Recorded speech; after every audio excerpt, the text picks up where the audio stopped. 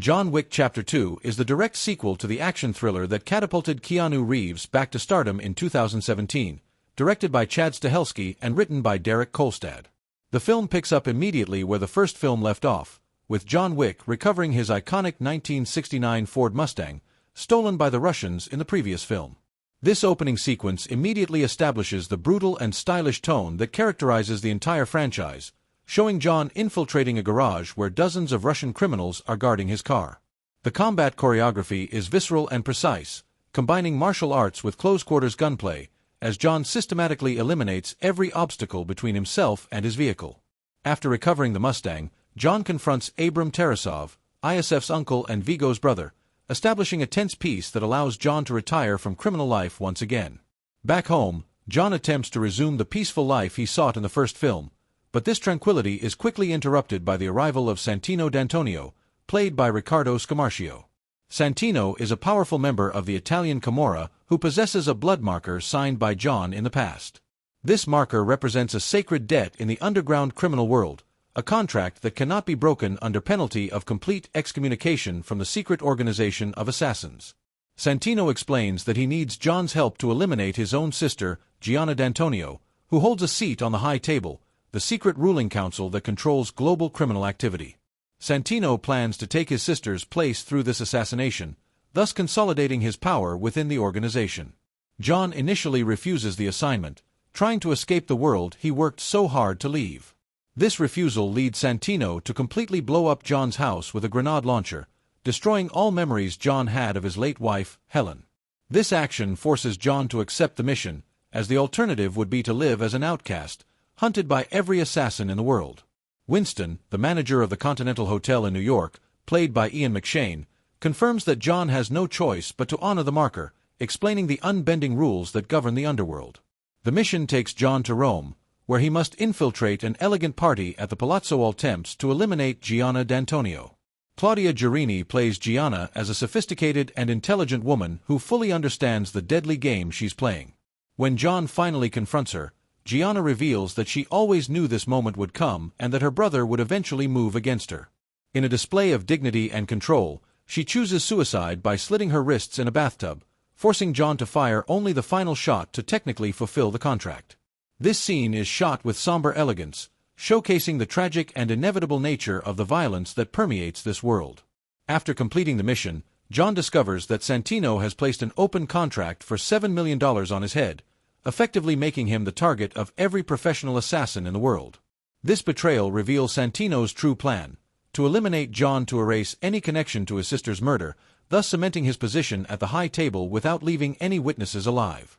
From this point on, the film becomes a relentless chase through the streets of Rome and then New York, with John facing endless waves of professional assassins emerging from every corner, every establishment, every seemingly innocent location. The chase sequence in the Roman catacombs is particularly memorable, showing John using the claustrophobic and historic environment to his tactical advantage, eliminating pursuers in brutal hand-to-hand combat among the ancient tombs. Back in New York, John seeks refuge at the Continental Hotel, but discovers that even this sanctuary has limits when Santino takes up residence there, using the rules of neutrality to protect himself from direct retaliation. The chase intensifies when John faces Cashin, played by Common, Gianna's personal bodyguard and protégé who vows revenge for his protégé's death.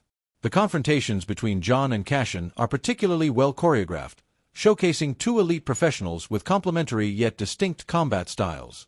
Their battle in the Rome subway is shot with cinematic precision, interspersing brutal hand-to-hand combat with precise gunfights as they attempt to maintain a low profile among innocent passengers. This sequence demonstrates Stahelski's technical mastery in creating action scenes that are both spectacular and narratively relevant. Ruby Rose plays Ares, the mute assassin who serves as Santino's right-hand woman, communicated exclusively through sign language. His presence adds a unique visual dimension to the action sequences, and his final confrontation with John in the museum is choreographed as a deadly dance between two silent predators. The absence of dialogue makes every gesture and movement more meaningful, creating tension through purely physical communication. The film delves deeply into the mythology of the underground world created in the first film, revealing the global reach of the assassin organization. We discover an entire parallel economy based on special currencies that serve as currency in this world, where everything from information services to body disposal is transacted through this unique monetary system. The Continental Hotel is not just a refuge, but the hub of an international network of similar establishments catering to the professional assassin community. Dan Lawson's cinematography creates a distinct visual palette that contrasts the architectural elegance of Rome with the brutality of the action sequences. The historical locations serve as an ironic backdrop to the contemporary violence, creating visual juxtapositions that emphasize the themes of tradition versus modernity that permeate the entire narrative. The soundtrack by Tyler Bates and Joel J. Richard perfectly complements the action, alternating between epic orchestral compositions and modern electronic elements. The final confrontation at the Museum of Contemporary Art is visually stunning, with John and Santino chasing each other through a mirror exhibition called Reflections of the Soul, which creates a reflective labyrinth where reality and illusion blur. This sequence serves as a visual metaphor for the themes of identity and self-reflection that define John's journey. Each broken mirror represents a facet of his personality, fragmented between the man he wants to be and the killer he has always been. John ultimately kills Santino inside the Continental Hotel, deliberately violating the fundamental rule that no violence may occur on neutral ground. This deliberate violation results in his formal excommunication from the entire assassin organization, leaving him completely isolated and marked for death throughout the criminal underground. Winston, despite their genuine friendship, is forced by the inflexible rules to give John exactly 1 hour's head start before formally activating the global excommunication, setting the inevitable stage for the catastrophic events of the third film where John will face the ultimate consequences of his choices.